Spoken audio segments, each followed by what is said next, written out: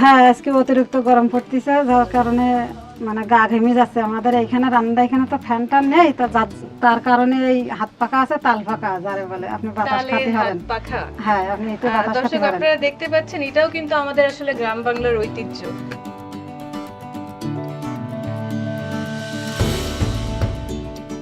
আপু যে এখন কি দিবেন?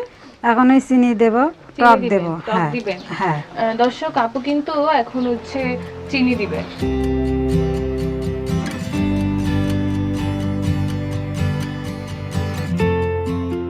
এইবার আর দেব একটু টক। এখন আর কতক্ষণ সময় লাগবে? আর 2-3 মিনিটের ভিতরে। 2-3 মিনিটের ভিতরে। হ্যাঁ, আর এই যে এইভাবে। চিংড়ি মাছের কোরমা যে আজকে রান্না করছেন, এটা কি দিয়ে খাবেন? এটা ভাত দিয়ে খাবো। ভাত দিয়ে খাবেন? হ্যাঁ, ভাত দিয়ে খালি মজা লাগে। আচ্ছা। এবার একটু ওই এবারে গরম মশলা বাটা দিতাম। গরম মশলা বাটা। হ্যাঁ, এই যে এখানে আপু গরম মশলা বাটা আগে থেকেই বেটে রেখেছে। এখানে কি কি গরম মশলা আছে? ওটা লবঙ্গ আছে, এলাচ আছে, ডালচিনি আছে, এইগুলো আছে। আর এইগুলো জিরি বাটা আছে।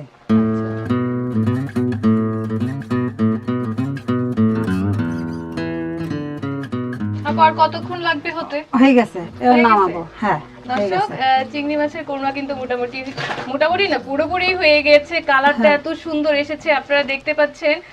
দেখতে খুবই চমৎকার লাগছে। আমার মনে হচ্ছে খেতেও খুব ভালো লাগবে। আজকে তো এটা ভাত দিয়েই খাওয়া হবে, তাই না? হ্যাঁ হ্যাঁ, এবার নামাচ্ছি। হ্যাঁ, জি। হয়ে গেছে।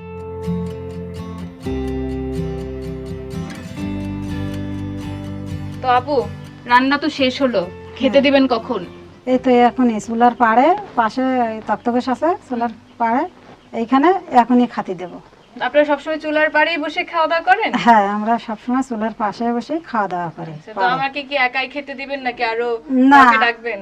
কাউকে ডাকবো মানে আমার নাতি নাতনি আছে ছোটখাটো, তাদের নিয়ে একসাথে বসে খাওয়াবো। আচ্ছা, তাহলে ডাকেন সবাইকে। হ্যাঁ, এবার তাহলে ডাকি। জি, চলো। উঠাবো না থাকবো? হ্যাঁ, উঠে চলো।